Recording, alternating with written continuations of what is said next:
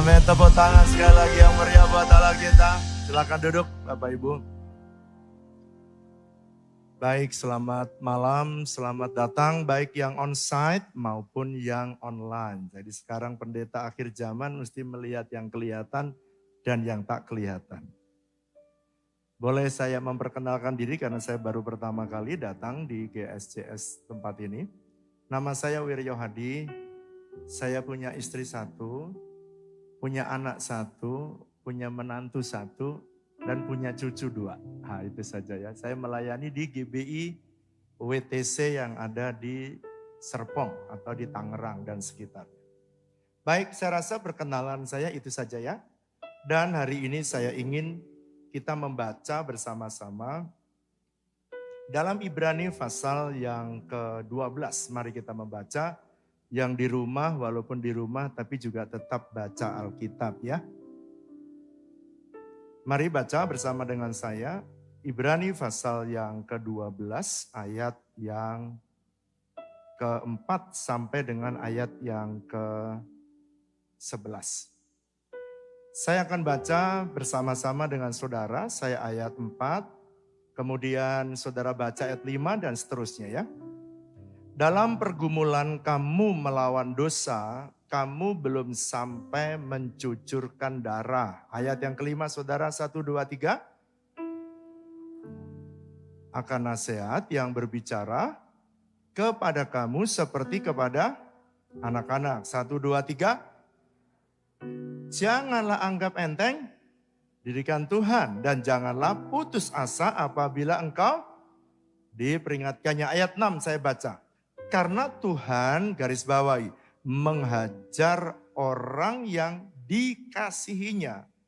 Dan ia menyesah orang yang diakuinya sebagai anak.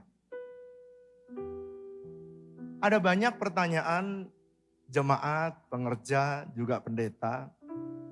Kenapa sih Pak orang percaya kok diizinkan Tuhan menjalani sebuah proses? Atau kenapa kadang-kadang Tuhan izinkan tadi yang kita baca, jangan anggap enteng didikan Tuhan. Wow. Jangan putus asa apabila engkau diperingatkannya. Wow. Bahkan ia menghajar orang yang dikasihnya sebagai anak. Wow. Dan yang terakhir yang gak enak. Dan ia menyesah orang yang diakuinya sebagai anak. Wah, berarti dengan kata lain Tuhan ingin menolong saudara dan membentuk saudara supaya saudara menjadi seperti yang diinginkannya. Saudara dan saya itu senang hasil akhir. Kita senang tuh mujizat, kita senang tuh promosi. Tapi Tuhan itu senang hasil akhir. Mari katakan bersama saya, Tuhan senang proses. Boleh katakan bersama-sama, kita deklarasikan supaya firman itu masuk di dalam hati kita. Katakan bersama dengan saya, Tuhan senang proses. Saya suka hasil. Jadi Tuhan itu senang proses karena begini. Kalau prosesnya itu jalan dengan benar, maka hasilnya dipastikan benar. Nah saudara, saya ingin kita belajar satu barang yang di muka bumi ini agak jarang. Itu sebabnya mahal harganya. Namanya diamond. Jadi kalau saudara bertanya, Pak hari ini apa sih judul khotbahnya? Saya beri judul Life Process. Atau proses kehidupan. Sebab Tuhan senang proses. Sedangkan kita senang hasil akhir. Dan saya berdoa supaya saudara dan saya hari ini belajar untuk bisa lewati proses. Arang dan diamond itu memiliki bahan yang sama. Jadi kalau saudara punya barang yang namanya diamond, kenapa mahal sekali? Padahal barang itu sebenarnya sama harganya. Saudara, arang kira-kira harganya berapa ya arang? Arang tuh kalau nggak salah kalau di Surabaya atau di Jakarta sekitar 50.000 ya atau 40.000.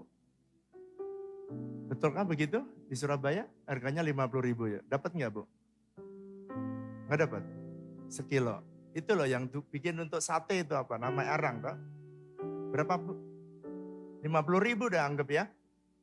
Kalau diamond harganya berapa tuh sekilo? Saudara langsung ketawa toh karena tidak ada yang beli diamond sekilo. Saudara beli sekarat aja udah harganya sekarat saudara. Artinya kenapa nilainya begitu hebat, begitu mahal. Nah apa sih Pak yang membedakan karbon 50.000 sekilo sekarang jadi 1 gram atau sekarat sekarang bisa harganya ratusan juta. Why? Kenapa? Karena kenapa harganya berbeda? Karena mereka melalui sebuah proses. Jadi saudara dan saya juga sama. Kalau arang mengalami proses, prosesnya itu ya saudara ya, ada proses yang dia dipanaskan hingga ribuan derajat. Lalu dalam waktu yang lama dan akhirnya dari pendam di dalam dan akhirnya dia bisa keluar dan akhirnya menjadi diamond. Saya mau tunjukkan video sedikit saja gimana caranya bikin diamond atau bukan caranya bikin diamond. Bagaimana diamond itu dibuat supaya saudara bisa lihat, oh begini toh caranya. Diamond itu jadi dari sebuah arang. Kita lihat ya video bagaimana sebentar sedikit, bagaimana supaya saudara ngerti bahwa proses itu begitu penting di dalam kehidupan kekristenan. Saudara pasti senang hasil akhir, tapi Tuhan senang proses. Silakan media buka video ini. Saya berdoa supaya bisa diputar, supaya saudara bisa ngerti. Oke, lihat dia dimulai dari sebuah ditambang ya, ini di mana-mana ada. Bagaimana sih terbentuknya? Dimulai dari bahan yang namanya karbon. Lalu karbon itu nih ingredientnya, bahannya. Lalu melalui panas sampai 1300 derajat Celcius. Lalu bahan itu melalui tekanan berapa besar? 40 bar sampai 60 bar. Sehingga barang yang besar itu menjadi kecil dan dari kedalaman 150 km. Lalu di bawah, lalu kapan dia naik? Dia naik pada waktu terjadi gunung meletus atau gempa bumi, maka diamond yang sudah ribuan tahun itu keluar saudara. Ada yang jutaan tahun itu keluar diamond ya. Langsung keluar, makanya petambang diamond harus di mana carinya? Di sekitar gunung berapi. Jadi jangan cari diamond di dataran yang tidak ada gunung, pasti tidak ada. Kalau saudara tadi lihat prosesnya ya, nomor 1 prosesnya tadi apa saudara? Dipanaskan.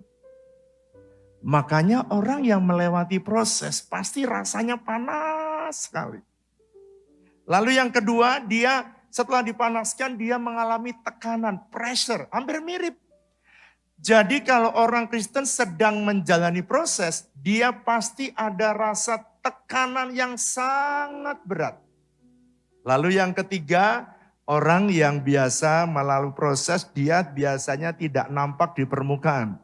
Yusuf waktu dia ada dalam proses, dia ada di bawah. Tapi pada waktunya dia dimunculkan Tuhan seperti yang tadi kita lihat. Bahkan waktunya tidak ketahuan, ada yang 1000 tahun, bahkan ada yang jutaan tahun. Tapi saudara pasti tidak ribuan tahun. Jadi hidup itu sama. Ada proses tekanan, ada proses rasanya panas, dan ada proses rasanya disembunyikan, tidak nampak, gak kelihatan. Orang lain sudah maju, udah promosi, kok saya belum ya? Mungkin ada waktu Tuhan tahan saudara sehingga Anda perlu waktunya dimunculkan oleh Tuhan. Ada seorang hamba Tuhan namanya Billy Graham, saya sangat respect, baru saja dipanggil Tuhan. Dia berkata begini, being a Christian is more than just an instantaneous conversion. Jadi orang Kristen itu bukan instan ya dalam pertobatan. It is a daily process whereby you grow to be more like Christ. Jadi sebenarnya kekristenan itu adalah sebuah perubahan daily. Tiap hari sampai kita serupa dengan Kristus.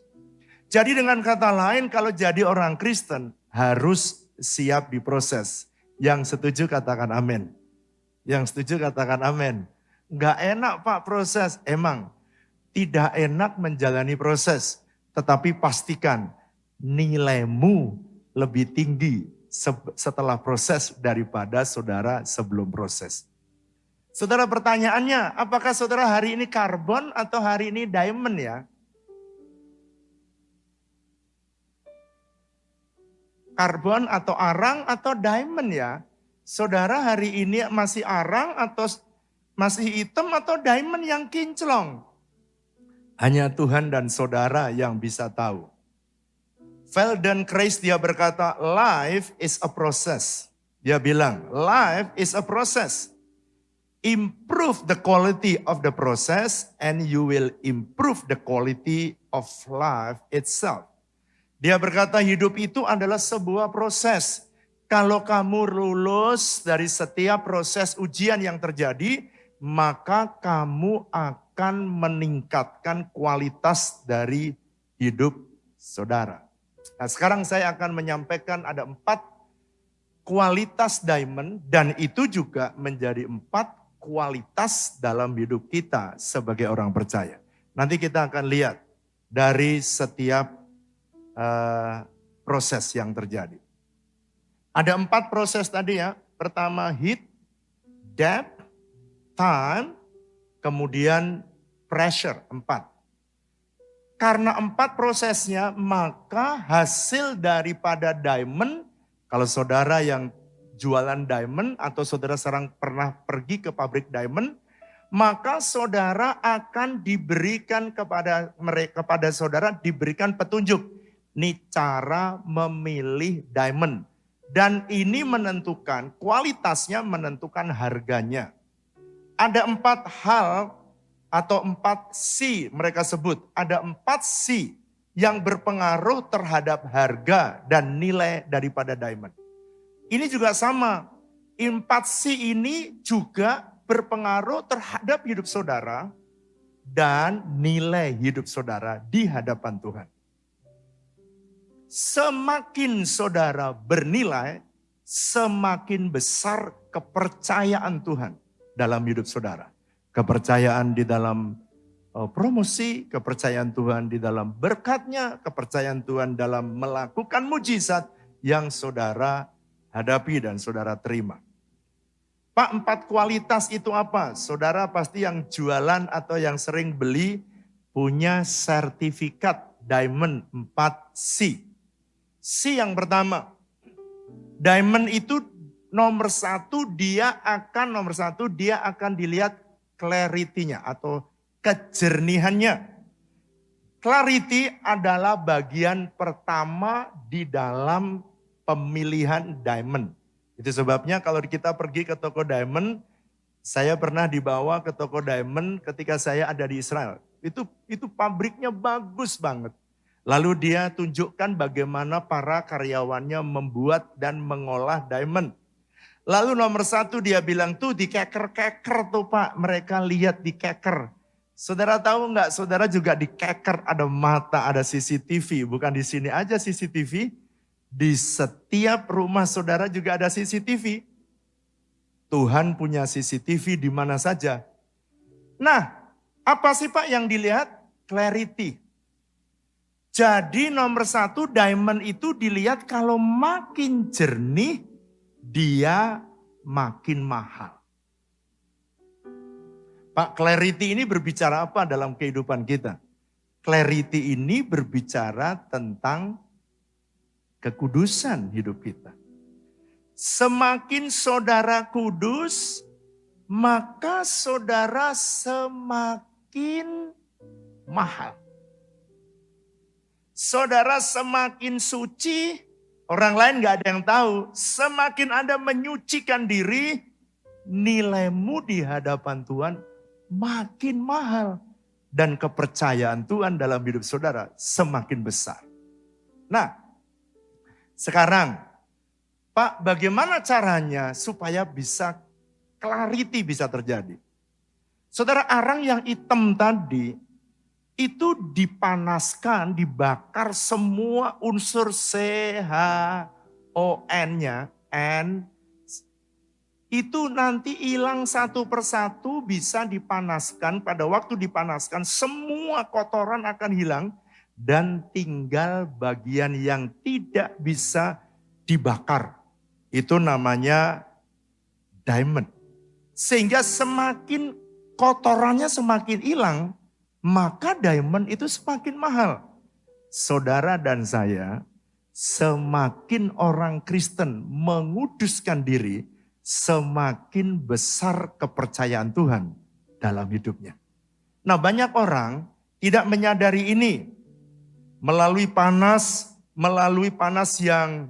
yang dipanaskan, maka banyak orang mengalami proses. Pak, kenapa kadang-kadang kita mengalami proses yang tidak enak?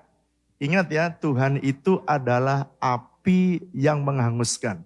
Sometimes Tuhan izinkan untuk kita mengalami proses yang tidak enak dalam hidup kita, untuk supaya saudara dan saya bisa menjadi clear, clarity-nya jelas, kekudusannya bagus. Coba mari kita baca dalam Yakobus pasal yang pertama.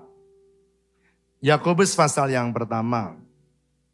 Kitab Yakobus pasal yang pertama. Ayat yang kedua.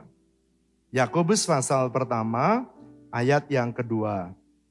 Saya berdoa supaya setiap kali saudara menjumpai setiap persoalan yang saudara hadapi, jangan putus asa. Mari baca ya bersama-sama ayat 2. Yang di rumah juga ikut baca bersama-sama.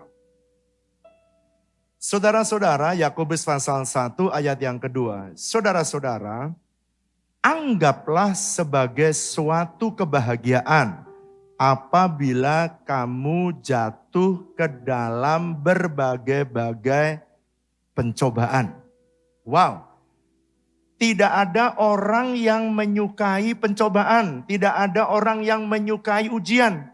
Tapi Tuhan berkata, berbahagialah. Jadi anggaplah satu kebahagiaan. Jadi memang gak bahagia. Tapi anggaplah satu kebahagiaan. Apabila kamu menemui apa saudara? Pencobaan. Kalau kamu menemui satu apa? Ujian. Memang tidak enak, memang tidak bahagia. Tetapi panas yang Tuhan izinkan. Pencobaan yang Tuhan izinkan, ujian yang Tuhan izinkan membuat saudara makin clear. Itu sebabnya saya minta C. Itu sebabnya tidak enak rasanya. Supaya ada proses, supaya bisa clear. Supaya bisa clarity-nya makin bagus. Saudara, kalau ditembus oleh Tuhan, hatimu jernih, hidup dalam kekudusan. Dan tidak ada cacat di hadapannya. Saya berdoa supaya saudara dan saya rela ketika Tuhan membawa kita melalui pencobaan-pencobaan yang lewat dalam hidup kita, saudara dan saya bisa melewatinya dan saudara dianggap oleh Tuhan lulus. Sehingga si yang pertama, clarity, jernih. Satu hari Yusuf tidak mungkin dia langsung diangkat hebat. Dia melalui sebuah pencobaan yang Tuhan izinkan ujian. Saya tidak tahu ya kalau anak muda sekarang. Semua pembantu disuruh keluar oleh istri Potifar. Dan tinggal sendirian Yusuf di kamar sama istri Potifar.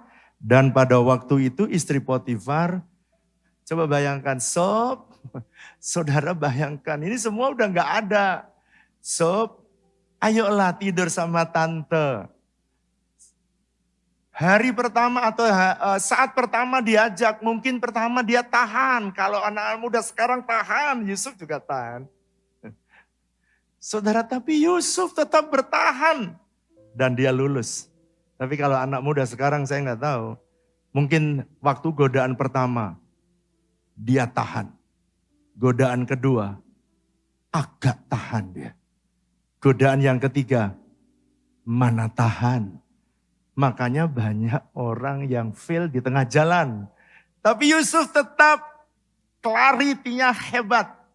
Itu sebabnya orang yang mau diangkat Tuhan atau orang yang mau dipromosikan Tuhan, tidak ada yang instan. Dia pasti melalui proses yang Tuhan izinkan. Kita senang hasil. Yusuf naik dalam semalam.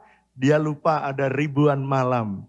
Ribuan malam proses yang dia hadapi. Dan saya berdoa supaya saudara sekalipun melewati badai. Bagai Raja Wali melintasi gunung tinggi.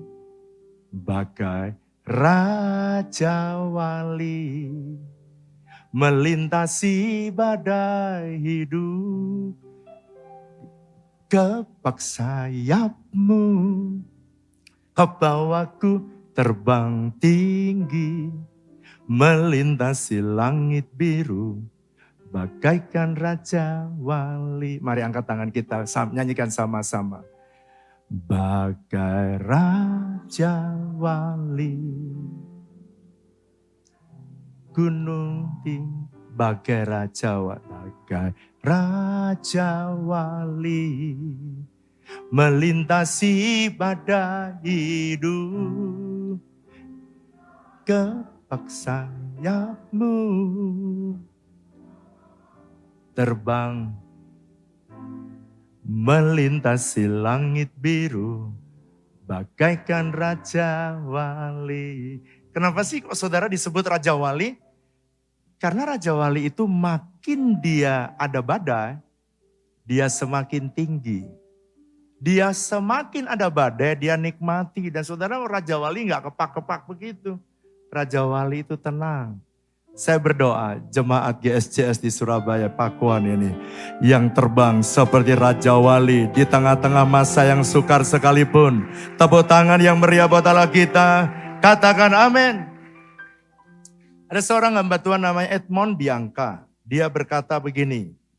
Every obstacle should be seen as a part of the process. Setiap kali kita melihat hambatan dan halangan, itu kamu melihatnya seperti sebuah proses. Proses apa? Proses of the gaining mental strength and wisdom for bigger and better thing of life. Jadi Tuhan pengen, menurut Edmond ini, kalau kita lewat proses, kita itu diajari Tuhan punya kekuatan mental supaya kita bisa punya hikmat yang lebih baik dalam kehidupan ini. Rick Warren juga dia berkata, when you understand that a life is a test, you realize that nothing is insignificant in your life. Kalau saudara mengerti bahwa hidup itu adalah ujian atau tes, saudara tidak akan pernah membiarkan hidup itu lewat begitu saja. Tapi saudara justru akan bertumbuh dari hari ke hari. Dan tidak ada sesuatu hidup yang insignificant. Gak ada sesuatu yang tidak berarti. So every day, setiap hari saudara mesti lihat ada hal-hal yang perlu saudara dan saya pelajari. Saya mau ngajak satu lagi membaca 2 Timotius pasal 2. Pak, kenapa sih dalam hidup kita kekudusan atau clarity dari diamond itu penting? 2 Timotius pasal 2. Saya ingin mengajak saudara membaca ini. 2 Timotius pasal 2. 2 Timotius pasal 2. 2 Timotius pasal yang kedua. Ayat yang ke-20 saya pengen kita membaca. Saya akan baca ya. Pak, pentingnya apa sih? Ayat 20. Dalam rumah yang besar bukan hanya terdapat perabot dari emas dan perak, melainkan juga dari kayu dan tanah. Yang pertama dipakai untuk maksud yang mulia, dan yang terakhir untuk maksud yang kurang mulia.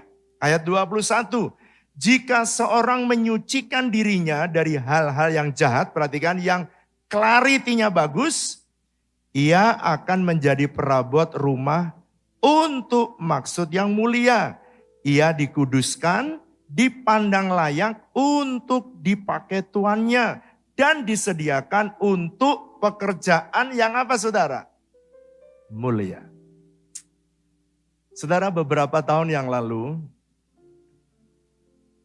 jadi gereja ini saya masih muda, saya melayani gereja yang mulainya kira-kira tahun 2004 ya, bulan Februari tahun 2022. Ketika saya mulai gereja itu, sama seperti yang lain, sama. Jadi kita sewa di mall seperti ini. Ketika saya sewa di mall seperti ini, lalu kemudian bertumbuhlah ya pelan-pelan, bertambah pelan-pelan.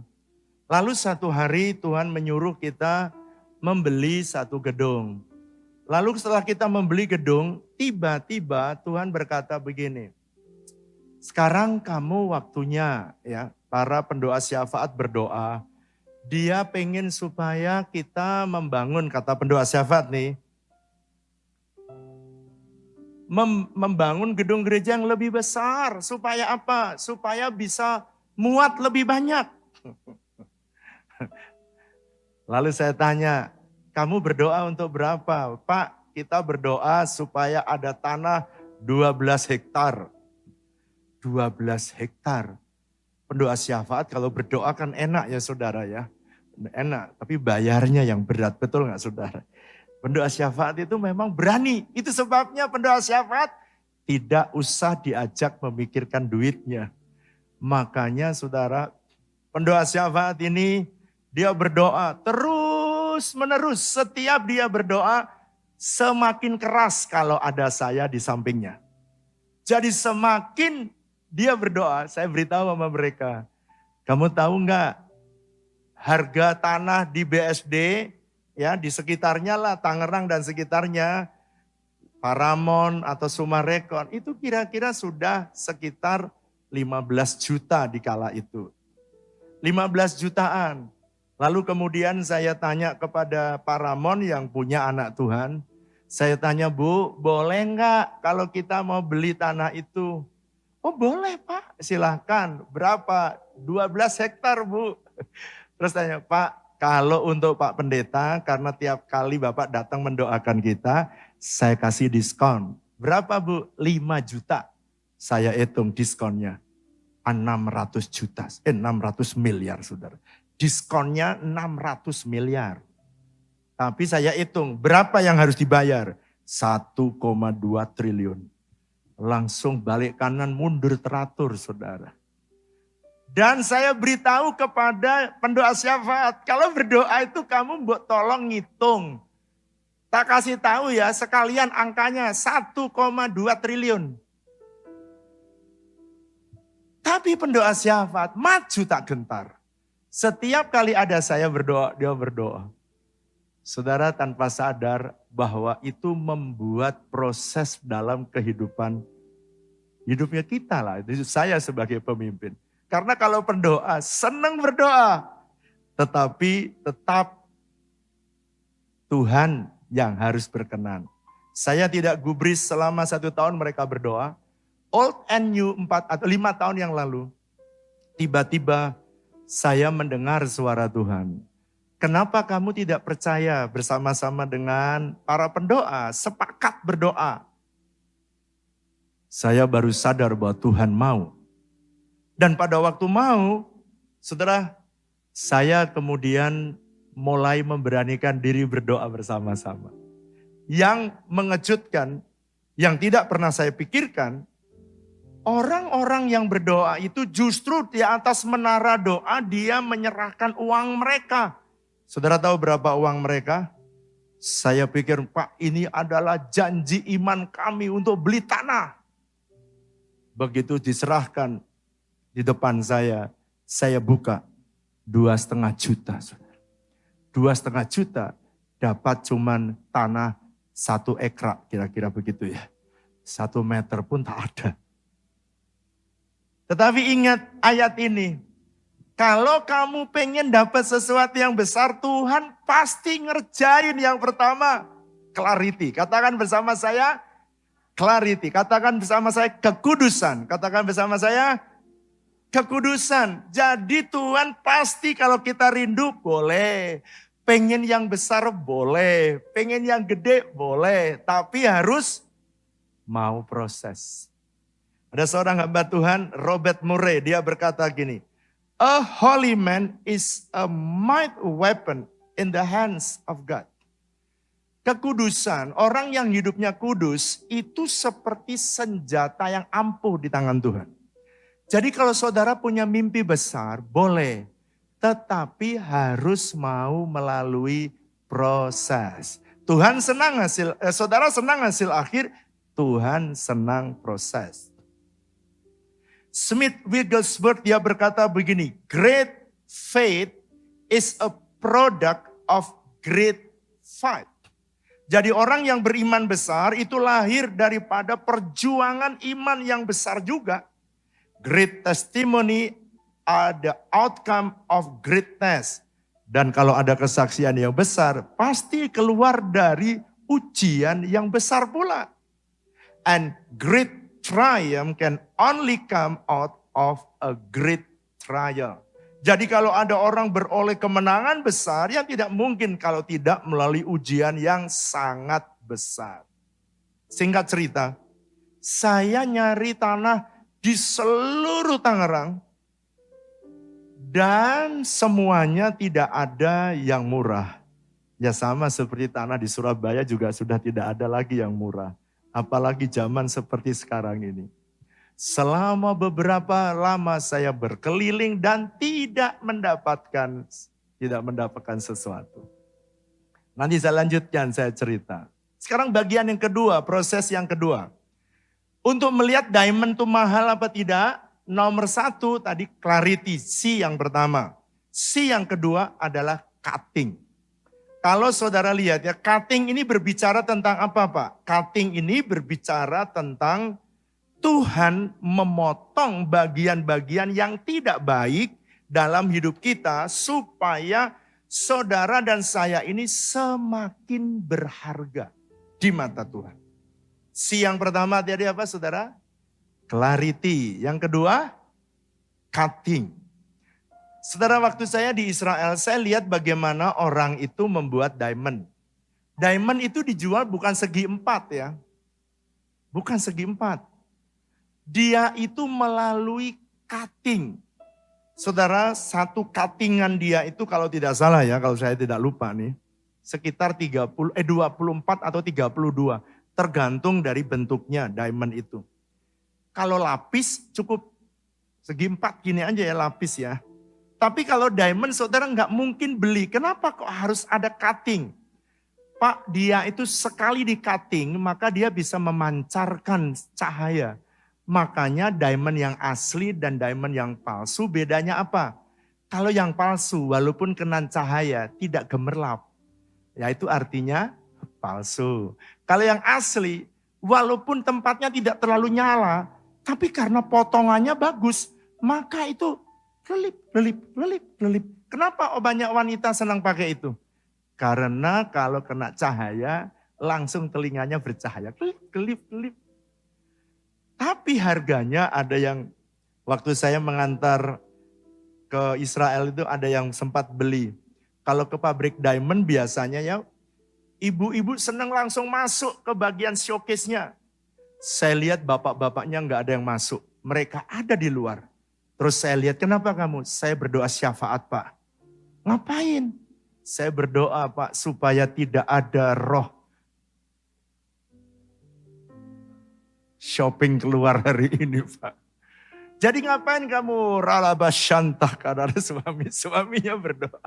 Jadi ternyata suami berdoa, istrinya menikmati diamond.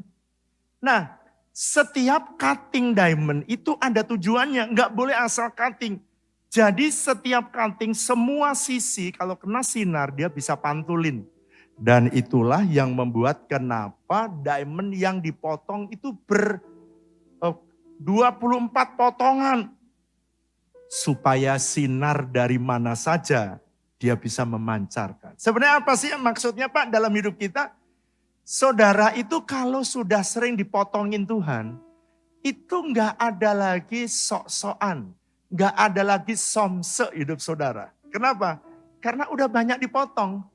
Dan waktu saudara sudah banyak dipotong oleh Tuhan, maka saudara akan memancarkan kemuliaannya. Coba kita buka ya bersama. Dalam Yohanes pasal yang ke-15. Ayat yang pertama sampai ayat yang ke-8. Alkitab menulis dengan jelas, nanti baca ya. Semua yang di rumah juga harus baca. Kenapa sih Pak kok kita dipotongin? Yohanes 15 berkata begini. Yang tidak berbuah akan dipotong rantingnya dan dibakar. Tetapi yang berbuah juga rantingnya dibersihkan. Ya tapi ya tetap dipotong. Artinya ada proses pemotongan yang buruk. Apa sih Pak yang buruk dalam hidup kita? Banyak kebiasaan yang buruk yang harus kita tinggalkan. Dipotongin Tuhan satu persatu supaya saudara bisa memancarkan kemuliaannya. Kalau saudara memancarkan sinar kemuliaannya, saudara akan menjadi pribadi yang bisa menjadi perabot yang mulia. Saya berdoa supaya setiap kita kuat, senang. Kayaknya proses kok rasanya ya saya sudah mau umur 60 tahun tahun depan. Tapi saya lihat proses bukan semakin mudah. Jadi selama saudara dan saya hidup, saudara dan saya harus siap-siap untuk dibersihkan bagian yang tidak baik dalam hidup kita. Max Lucado dia berkata gini, be patient. Dia berkata, God using today's difficulties to strengthen you for tomorrow. Max Lucado dia berkata, sabar ya kalau Tuhan menggunakan kesulitan yang saudara dan saya hadapi hari ini untuk besok. He is equipping you. Tuhan sedang mempersiapkan hidup saudara. Saya berdoa, saya tidak tahu persoalan apa yang saudara hadapi. Setiap orang punya prosesnya masing-masing. Yang ketiga, namanya yang pertama tadi apa saudara? Cutting. Clarity. Kedua, cutting. Yang ketiga, carrot. Yang pertama tadi kekudusan, clarity. Kedua, cutting. Bagian-bagian yang buruk dalam hidup kita selalu di-cut. Supaya apa? Supaya makin memancarkan kemuliaan Tuhan. Yang ketiga, carrot. Carrot itu berbicara bobot. Kalau saudara beli diamond. Sekarat itu sama dengan kurang lebih 1 gram. Berapa 1 karat? Sekarat aja harganya sekarat. Apalagi 2 karat. Apalagi 3 karat. Makanya kalau ibu-ibu masuk ke toko diamond, bapak-bapak berdoa syafaat di luar. Mereka berdoa dalam bahasa roh. Mereka mengheningkan cipta menurut agama dan kepercayaan mereka masing-masing. Ibu-ibunya happy, bapaknya mengheningkan cipta. Kenapa mengheningkan cipta? Karena memang mahal. Apalagi kalau yang dipenginin itu matanya gede. Kalau matanya besar, saudara tidak akan murah, pasti harganya mahal. Carrot itu berbicara bahwa Tuhan juga menimbang bobot kita. Jadi kekristenan itu ada bobotnya. Sama seperti diamond juga ada bobotnya. Semakin karatnya tinggi, semakin berat, maka semakin mahal. Nah, saudara, kalau tukang tukang yang ada di diamond itu, dia itu memotong berdasarkan kebutuhan dan pesanan.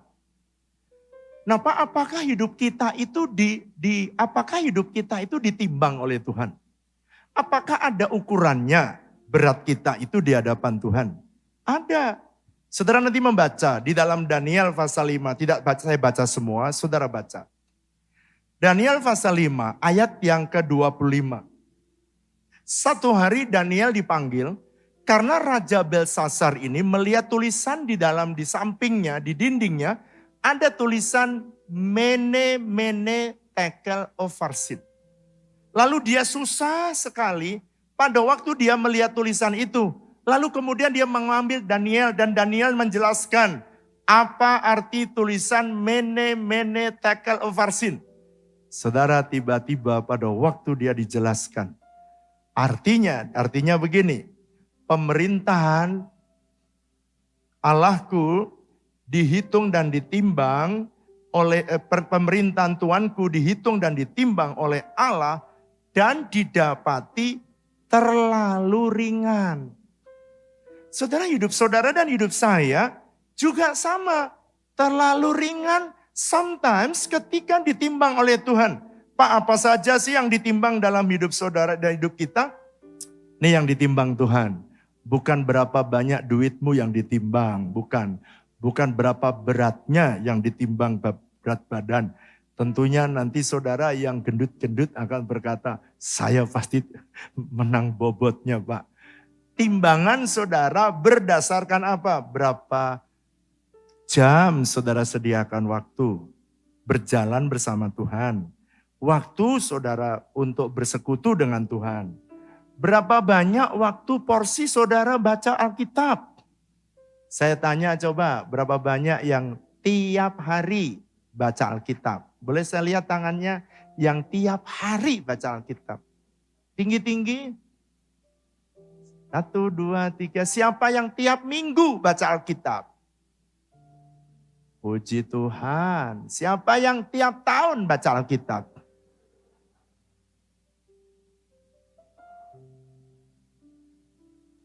Siapa yang tidak angkat tangan? Gimana kalau mulai hari ini kita pengen supaya waktu Tuhan timbang jangan sampai tulisannya muncul Mene Mene Tekel Upharsin. Bobot kita kurang. Saya berdoa supaya kita semakin hari semakin menyenangkan Tuhan. Amin apa amin? Yang terakhir, yang keempat. Si pertama tadi apa? Clarity. Tuhan pengen hidup saudara kudus. 2. Apa? Cutting. Dia ada yang buruk-buruk, kebiasaan yang buruk, suka malas, suka menunda-nunda.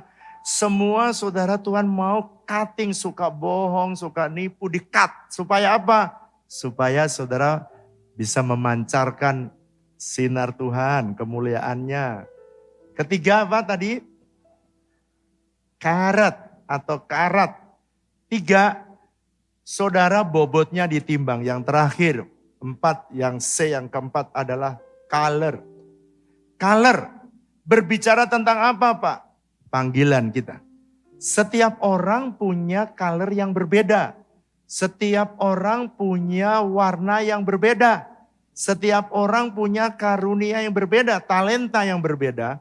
Potensi yang berbeda, itu sebabnya saudara dan saya dipakai oleh Tuhan di setiap area yang berbeda. Karena apa? Ya karena berbeda hidup kita. So that's why jangan pernah bandingkan dirimu dengan orang lain. Jangan pernah saudara bandingkan dirimu dengan orang lain. Jalanlah di dalam pertandingan iman yang Tuhan berikan kepada saudara. Jadi menurut Efesus pasal 4 ayat yang pertama, setiap orang yang dipanggil oleh Tuhan harus berpadanan dengan panggilan itu.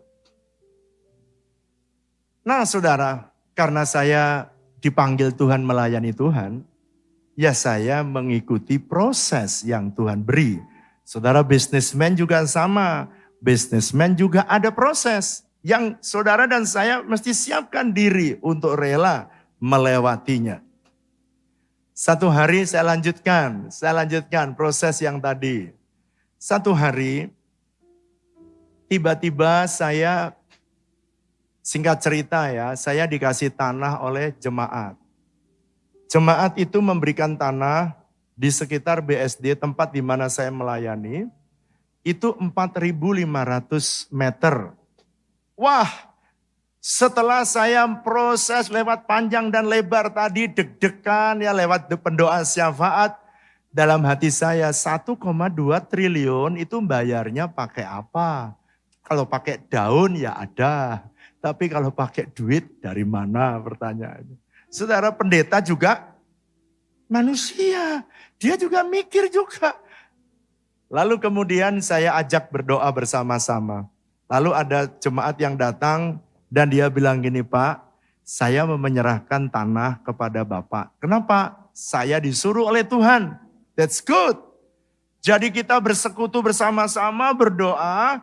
Lalu setelah saya terima, kemudian saya tanya Tuhan, untuk apa tanah ini?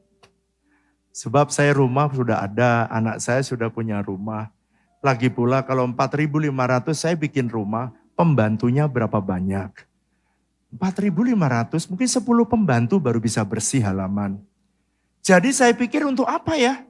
Akhirnya Tuhan ketika saya berdoa, Tuhan bilang, jadikan ini menjadi buah sulung untuk tanah 12 hektar. Jadi saya serahkanlah itu ke gereja. Saya bilang gini, saya mau menyerahkan tanah yang saya terima kepada gereja. Supaya ini menjadi buah sulung yang pertama. Saudara tahu apa yang terjadi? Tiba-tiba saya mendengar dari jemaat bahwa ada tanah Pak di tempat yang dekat yang tanah yang Bapak serahkan ke gereja. Ada tanah. Lalu saya tanya berapa banyak? 2 hektar Pak. Oh puji Tuhan. Seminggu kemudian ada bilang lagi, Pak ada tanah 4 hektar Pak. Puji Tuhan. Pak ada tanah lagi Pak. 4 hektar lagi. Puji Tuhan. Akhirnya setelah sekian bulan dia cerita. Mulai menggetarkan hati saya ketika dia bilang ada 12 hektar Pak. 1 blok itu. Jantung saya mulai berdebar-debar saudara. Saudara tahu apa sih yang terjadi pada waktu jantung saya berdebar keras. Lalu saya berdoa, Tuhan apakah Tuhan berkenan untuk ini dibeli? Lalu kemudian ketika saya melihat tanahnya bagus, tanahnya itu datar dan tinggi, tidak tempat dalam, maka saya memutuskan untuk bertemu dengan untuk bertemu dengan penjualnya. Lalu singkat cerita, karena harganya murah, dengarkan ya, harganya murah, seketika itu langsung saya bayar di depan notaris. Lalu saya bayarlah, bukan semuanya, saya bayar kira-kira lebih dari 10 miliar pada saat di depan notaris untuk ngikat supaya tanah itu tidak dibeli orang lain. Singkat cerita, setelah jalan sekian lama, melewati yang namanya proses. Katakan bersama saya, ada banyak cara proses Tuhan. Bisa orangnya, bisa saya, bisa duitnya, nyari duitnya yang proses. Atau yang lain, Tuhan tuh tahu yang terbaik. Tiba-tiba 6 bulan kemudian saya tanya kepada bagian notaris. Bu, notarisnya ibu-ibu, Bu, kita kan udah bayar puluhan miliar. Kok ibu belum kasih ke kita buktinya pembayarannya dan sertifikatnya? Saudara, ketika saya tanya ternyata notarisnya berkata kepada saya, Pak, saya jadi notaris selama ini tidak pernah sampai lalai seperti ini. Jadi notaris itu saya tanya, apakah tidak ada? Terima kasih. Apakah tidak ada? Lalu saya tanya kepada notarisnya dan notarisnya berkata, saya tidak pegang Pak. Ketika saya dengar, saya tidak pegang. Seketika itu saya shock dan ternyata tidak ada sertifikatnya 6 bulan lamanya. Singkat cerita, selama 6 bulan saya kumpulkan semua orang dan semua orang berkata kepada saya, Pak, itu tanah tidak mungkin keluar sertifikat. Kenapa? Karena tanah itu tanah sengketa, makanya murah. Astaghfirullahaladzim. Saudara, dengar berita itu langsung seketika pendeta juga bisa goyang, saudara. Jangan pikir pendeta juga manusia. Goyang. Begitu saya dengar, saya nangis. Saya datang kepada Tuhan. Disitulah mulai C yang pertama jalan. C yang kedua jalan. C yang ketiga jalan. Meneteskan air mata dan air hidung, saudara. Meratap, menangis, meraung-raung. Singkat cerita, saya kumpulkan para pembeli, para penjual, saya kumpulkan notaris, saya kumpulkan ahli-ahli ahli hukum, saya kumpulkan di gereja ada 20 atau 25. Saya tanya mereka dan ada notaris berdiri, dia bilang gini, Pak, tesis saya itu mengenai tanah itu dan Pak Gembala maaf ya, udahlah biarkan itu ditipu orang lain. Pak, itu impossible, Pak. Itu tidak mungkin bisa Bapak ambil. Karena itu tanah sengketa. Tidak mungkin keluar sertifikat. Saudara, jantung saya berdebar 120 kali lebih keras dari yang biasa. Saudara, saya nggak bisa tidur beberapa hari. Lalu saya datang kepada Tuhan dan saya bilang begini, Tuhan. Ya apa sih, kok biarkan aku masuk dalam lubang yang berat begini? Kenapa Tuhan izinkan ini semua terjadi? Saudara tahu? Lalu saya berdoa di rumah doa, Tuhan bicara dengan jelas, dia berkata begini. Hanya orang yang hamil tahu kapan berhenti haid. Tuhan, apa artinya beli tanah sama haid? Kayaknya nggak ada jeluntrungannya Tuhan. Lalu Tuhan jelaskan, kamu nak yang hamil tanah itu, hanya kamu yang tahu bahwa tanah itu pasti. Itu janjiku. Orang lain, kalau orang lagi hamil sebulan, 2 bulan, orang lain gak ngerti. Tapi kamu yang hamil, tahu bahwa itu akan keluar. Wah, hati saya saudara, senangnya bukan main. Karena waktu saya habis, saya singkat aja ya. Tiba-tiba Tuhan membuka pikiran saya, hikmat turun. Saya kayaknya nggak segoblok-goblok amat ngeluarin duit puluhan miliar untuk sesuatu yang nggak ada buktinya. Saya buka lagi, kenapa saya beli? Saya angkat, ternyata ada fotokopi sertifikat. Wah, ini kenapa saya bayar dulu ya? Lalu kemudian saudara singkat cerita, saya doakan, ini apakah betul ada apa tidak. Begitu ada sertifikatnya, saya telepon kepada penjualnya. Saya tanya di mana itu sertifikat. Singkat cerita, dia taruh sertifikatnya hanya disimpan di satu bank. Dan ketika di bank ada, hati saya lebih lega. Artinya sertifikatnya ada.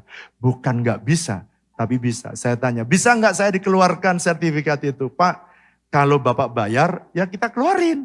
Kalau Bapak nggak bayar, ya nggak bisa dikeluarkan. Kemudian seketika saya bayar langsung, seketika itu saya bilang, dan dalam 2 minggu diproses, tiba-tiba sertifikat itu keluar semua dari bank dan mujizat bisa terjadi karena Tuhan yang mengeluarkan semua. Tepuk tangan yang meriah buat Allah kita. Sometimes saudara diizinkan ya stres, terbeban, ya doa supaya panjang. Saya stres 6 bulan. Tapi proses 6 bulan tidak sebanding dengan nilai 1,2 triliun.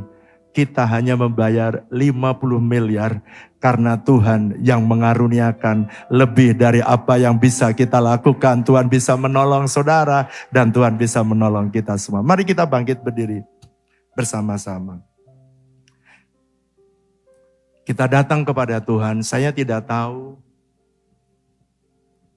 apa yang saudara sedang gumulkan. Saya tidak mengerti proses apa yang saudara sedang jalani. Tetapi hari ini ingatlah bahwa ketika saudara sedang ada di proses, Bukan Tuhan meninggalkan saudara, tetapi Tuhan sedang mengasihi saudara. Dia sedang mempersiapkan sesuatu yang indah. Berapa banyak saudara yang hari ini sedang ada dalam proses. Baik itu panas, baik itu stres, tekanan. Baik itu mungkin saudara disembunyikan di kedalaman. Kalau itu saudara, saya ingin berdoa bagimu. Angkat tanganmu tinggi-tinggi. Saya mau berdoa supaya Tuhan menolong saudara.